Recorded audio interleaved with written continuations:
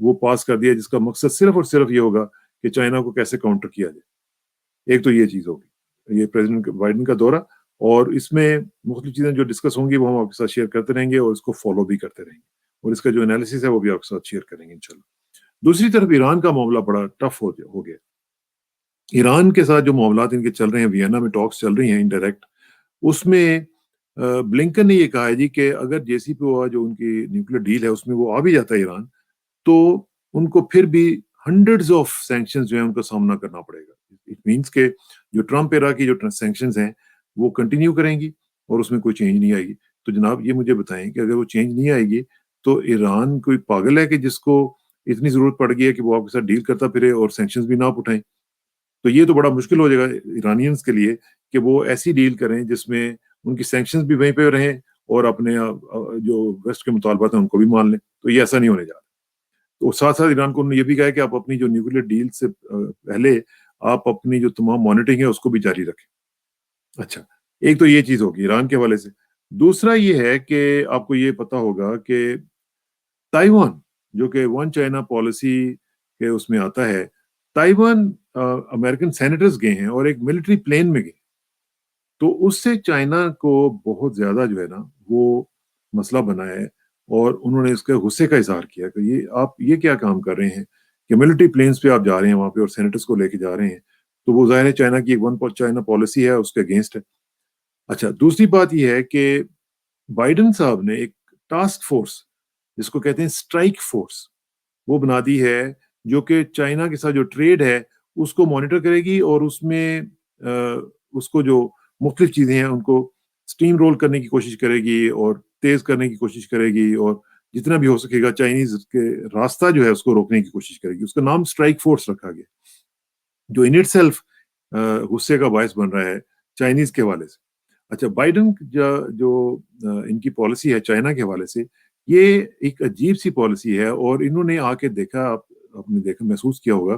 کہ ٹرمپ کے متعلق جو ہم کہتے تھے کہ جی وہ بہت زیادہ اینٹی چائنا ہے, انہوں نے بھی کوئی خاص اس میں فرق نہیں ڈالا.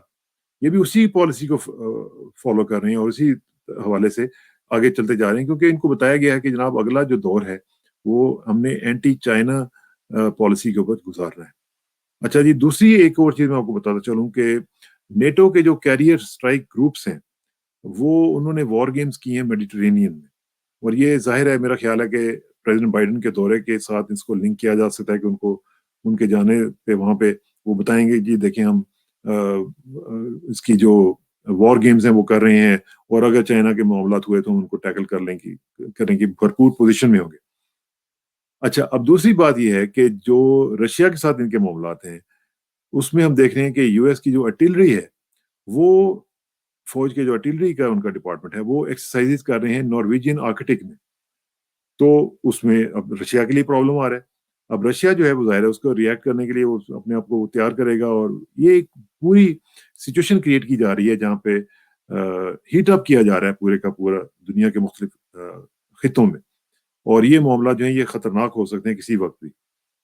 دوسری طرف ہم یہ بھی دیکھ رہے ہیں کہ نیٹو کا ایک میجر بلڈ اپ جو ہے وہ رومانیہ میں بلیک سی میں ہو رہا ہے, جہاں پہ بلیک سی جو کانفلکٹ ہے وہ اب ورسن ہو سکتی ہے, وہ اس میں مزید گڑبڑ ہو سکتی ہے. تو یہ معاملہ چل ہی رہے تھے کہ ساتھ ساتھ ہم نے دیکھا کہ اسرائیل میں جو اسرائیل نے سیریا میں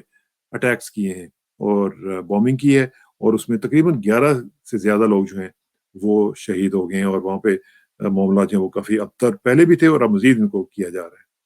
اب افغانستان میں اپنے ریجن میں چلتے ہیں, اور وہاں پہ انہوں نے یہ کہا جی کہ سینٹ کام نے کہ ہماری جو وڈرول ہے وہ تقریباً 50% مکمل ہو چکی ہے, لیکن اس کے باوجود 50% ہونے کے باوجود ابھی تک وہاں پہ ایک انسرٹینٹی موجود ہے. لڑائی جاری ہے مختلف پروونسز میں, 25-30 سے زیادہ جو پروونسز ہیں ان میں لڑائی اس وقت بھی ہو رہی ہے. کوسچنز یہ ہیں کہ کیا امریکنز واقعی سیریس ہیں, اور اگر سیریس ہیں تو کیا رسپانسبل بھی ہیں کہ نہیں ہیں, اور اگر رسپانسبل ہیں تو کیا وہ اس طرح کا معاملہ اس طرح کا افغانستان چھوڑ کے جائیں گے کہ جو پیسفل ہوگا, اسٹیبل ہوگا, یا اس طرح کا چھوڑ کے جائیں گے کہ جو بالکل ٹکڑے ٹکڑے ہونے کی پوزیشن میں آ جائے گا.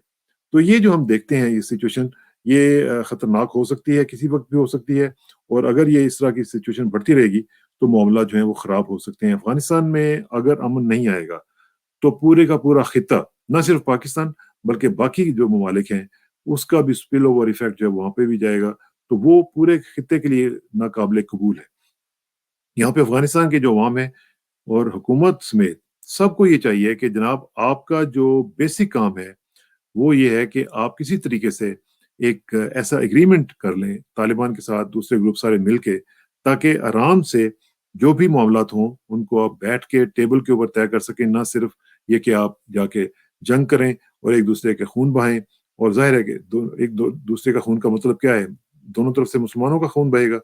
تو وہ ناقابل قبول ہے، وہ کسی کے لیے بھی اچھا نہیں ہے۔ اور امریکنز کو بھی یہ چاہیے کہ وہ ایک رسپانسبل اور میجرڈ قسم کی جو وڈرال ہے اس کو یقینی بنائیں جب بھی انہوں نے جانا ہے۔ اگر جولائی کی ڈیڈ لائن کو میٹ کرنا ہے تب بھی اگر 50% آپ نے کر لیا ہے وڈرال تو اچھی بات ہے، لیکن اس کو سپیڈ اپ کرنے سے پہلے یہ ضرور دیکھیں کہ آپ کوئی میس چھوڑ کے تو نہیں جا رہے ہیں پورے خطے کے لیے۔ اگر آپ اس طرح کر کے جائیں گے تو آپ کو کبھی بھی ہسٹری میں اچھے الفاظ سے یاد نہیں کیا جائے گا، اور ہسٹری آپ کو ہمیشہ یہی کہے گی کہ آپ نے اپنا مفاد اٹھایا، آپ نے وہاں پہ بربادی کی، اور جب آپ وہاں پہ گئے، وہاں سے گئے تو آپ وہاں پہ ایک میس چھوڑ کے گئے۔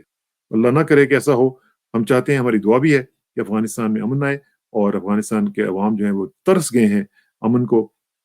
اللہ تعالیٰ ان کو امن عطا کرے۔ اور اسی طرح ہم اس کو مانیٹر کرتے رہیں گے اور آپ کے ساتھ شیئر کرتے رہیں گے۔ بہت شکریہ۔